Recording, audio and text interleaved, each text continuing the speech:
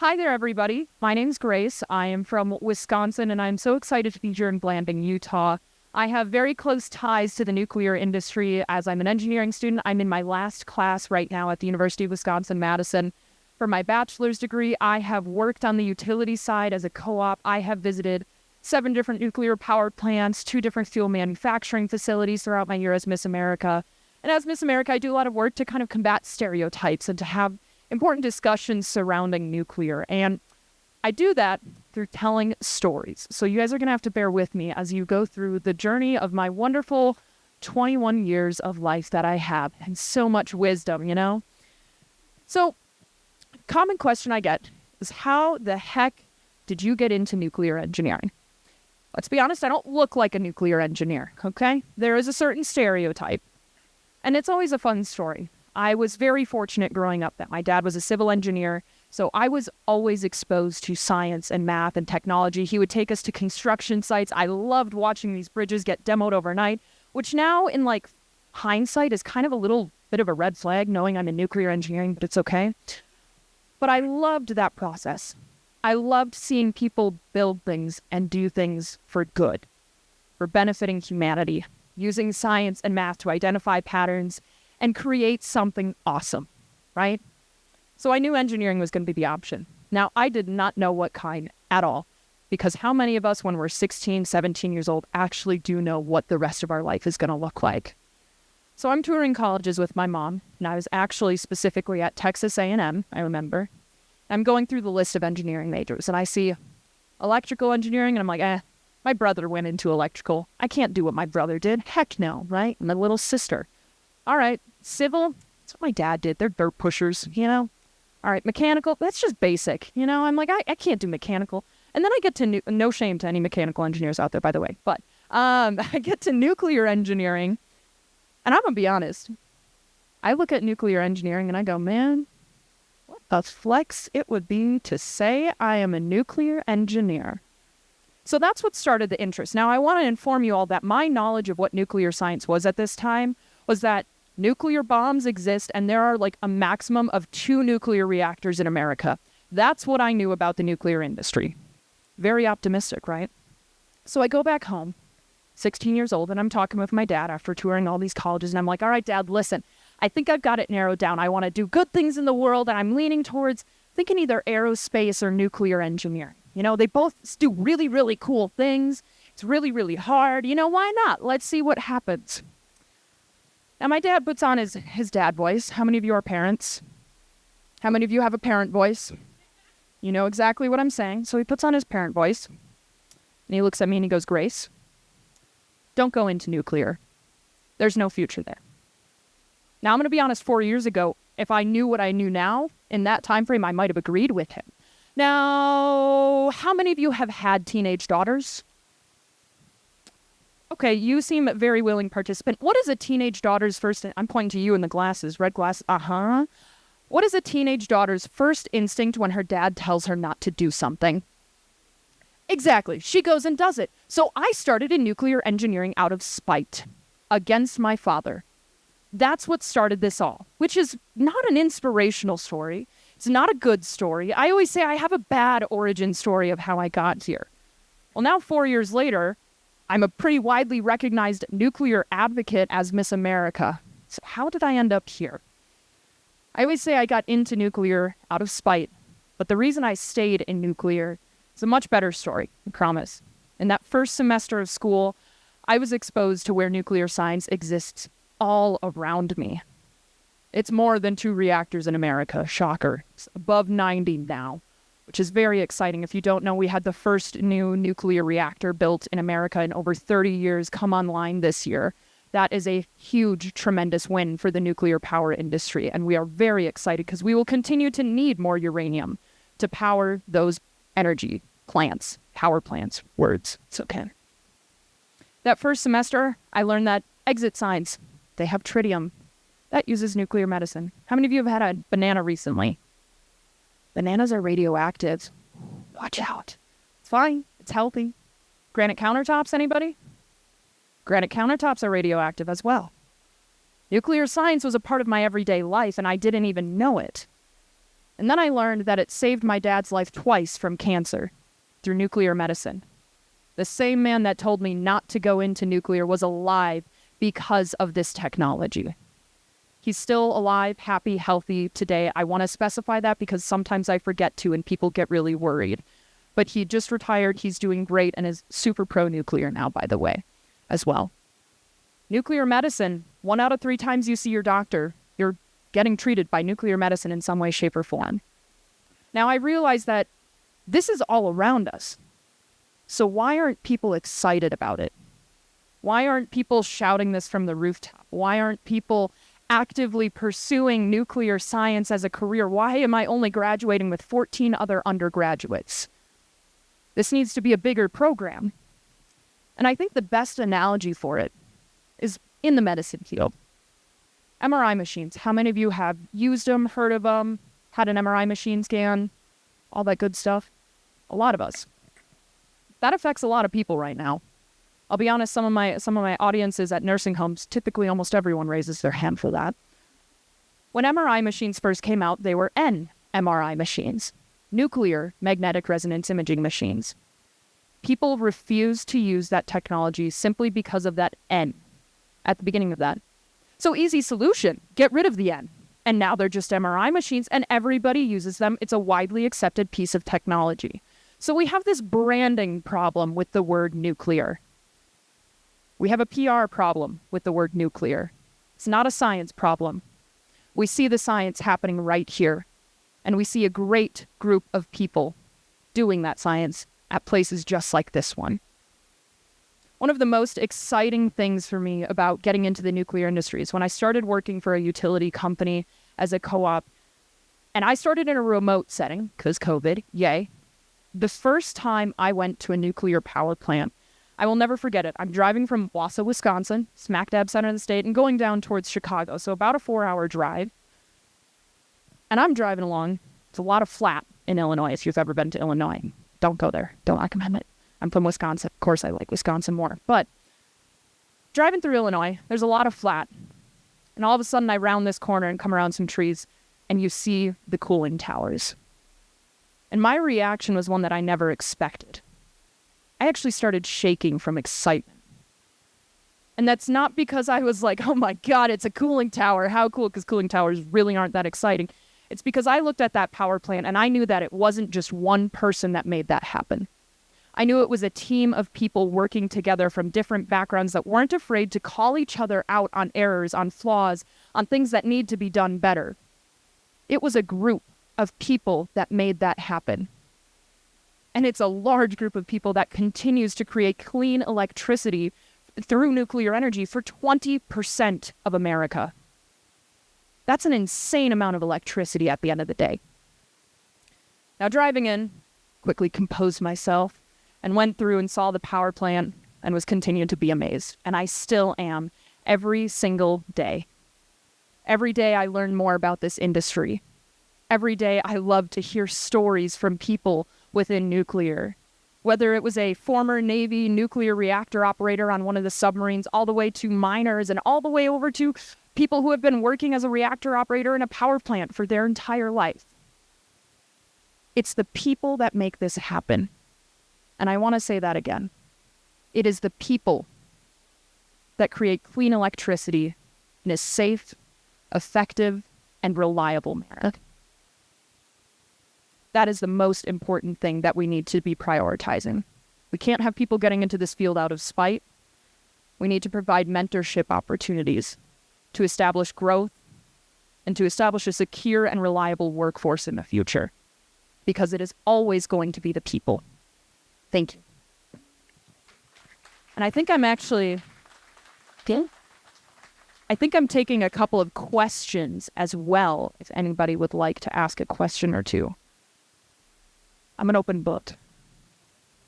And I'm very blunt and direct, forewarning.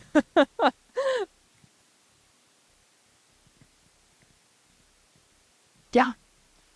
So Jackie asked, have I had any pushback? So I'm guessing with stereotypes, there's stereotypes of being a woman in nuclear.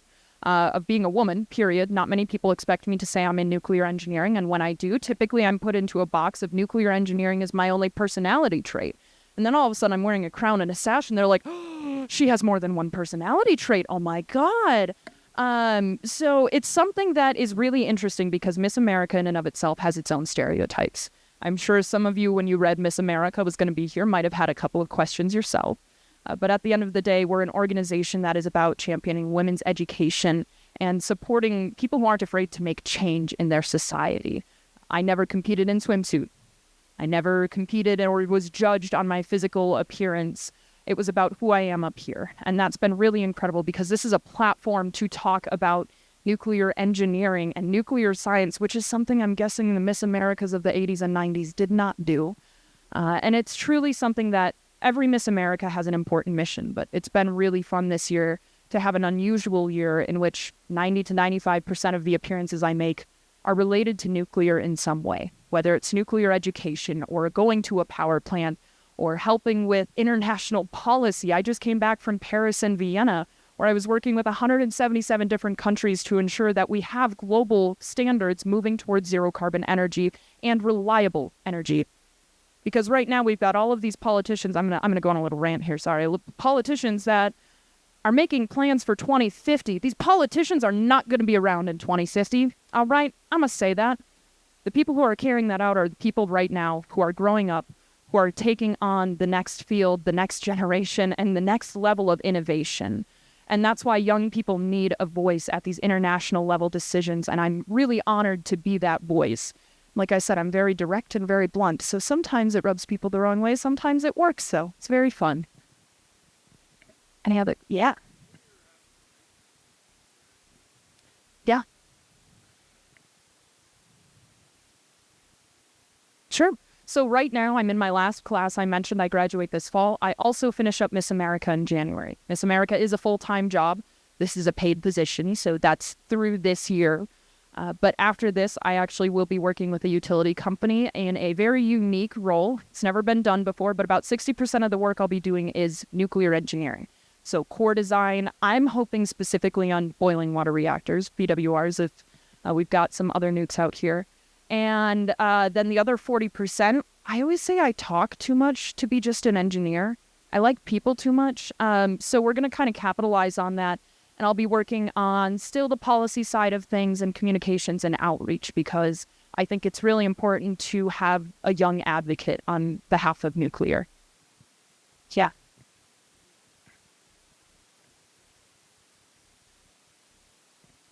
Yeah.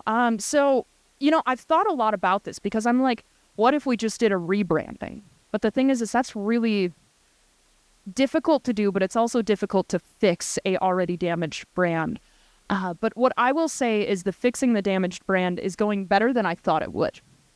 Because 4 years ago when I started doing this and when I was just getting into this field, and I always said my goal is to get everybody to start their family Thanksgiving fight. Ask your crazy Aunt Linda, hey, do you know where your power comes from?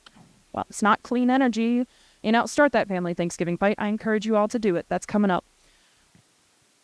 People weren't always willing to do that. 4 years ago, people in the nuclear industry weren't even willing to say they were in the nuclear industry. They would always go through and say, oh yeah, I work in mining of rare minerals or I work in energy production. They wouldn't say they're a nuclear engineer. But now we're at the point people are proud to say they're a nuclear engineer.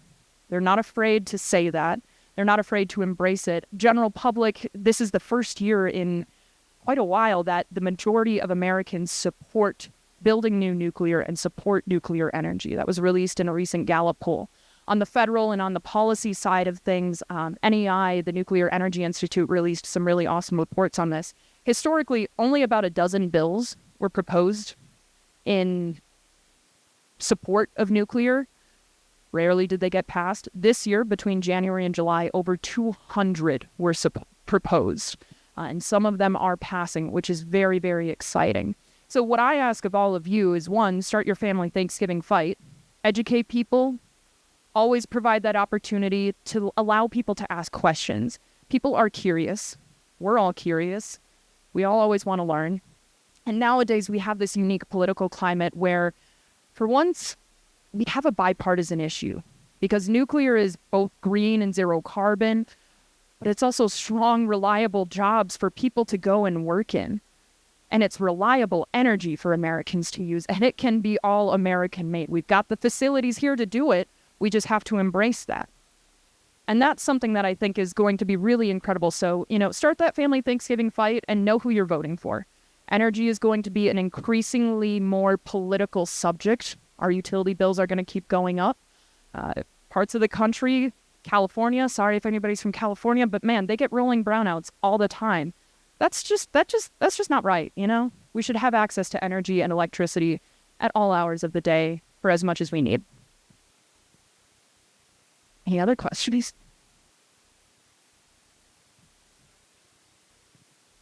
Can we just drop the word nuclear? Man, I wish. And it's so interesting because I realized this as I've been going around visiting all of these power plants. Some of them don't include the word nuclear. They just say, Peach Bottom Generating Station. They don't say Peach Bottom Nuclear Power Plant. They say generating station. So some places are, however, it has started where we're going back to nuclear power plant because let's identify that, let's embrace it, let's love it, let's continue to grow it, which is really exciting.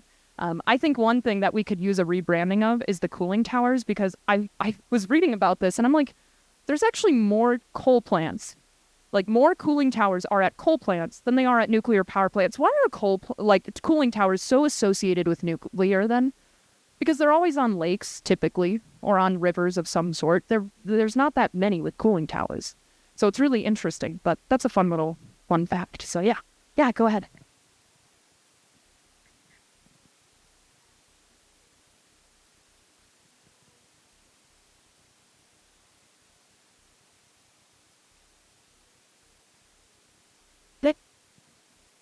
Yeah.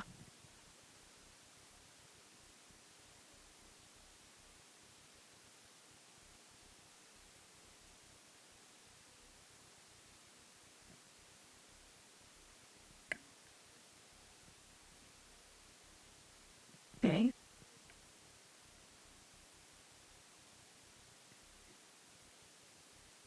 That,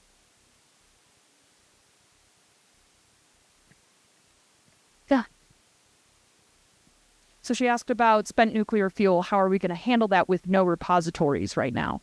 We actually do have one in New Mexico, the Waste Isolation Power Plant that's government run. They store all of the stuff from their weaponry projects and things like that. They do have the ability to store spent fuel. They just don't. Honestly, the entire discussion surrounding spent nuclear fuel is it's not a science problem. It's a policy problem. And I cannot say that enough. We have the science to reprocess, recycle. They do it in France. 90 to 95% of that spent nuclear fuel can be pulled back apart and put right back into those power plants. And that's something that if we actually take the time to invest in that, that reduces the amount of waste, which also over 60 years of creating 20% of America's electricity, all of the spent nuclear fuel fits inside of a Walmart. That's not a lot of fuel. Throughout one person's entire life, if your entire life is powered by nuclear energy, the amount of spent nuclear fuel you would produce is the size of a soda can. So the amount of waste that nuclear energy creates in comparison to literally any other type of energy production is so minimal. That's one of the best things about nuclear energy is its power density and how much it can deliver with such a small amount of land. Compare that to solar and wind and all of these other types of energy production uses a lot of land. I'm from Wisconsin. We don't get the sun all year round. This is what Utah, you guys get snow in this part of Utah, right? I would guess. That's a problem too. We need reliable forms of energy, and